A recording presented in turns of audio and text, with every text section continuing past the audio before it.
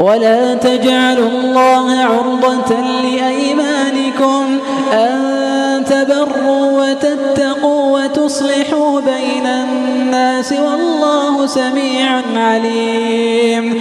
لا يؤاخذكم الله باللغو في أيمانكم ولكن يؤاخذكم بما كسبت قلوبكم والله غفور حليم. للذين يؤلون من نسائهم تربص 4 أشهر فإن فاءوا فإن الله غفور رحيم. وإن عزموا الطلاق فإن الله سميع عليم.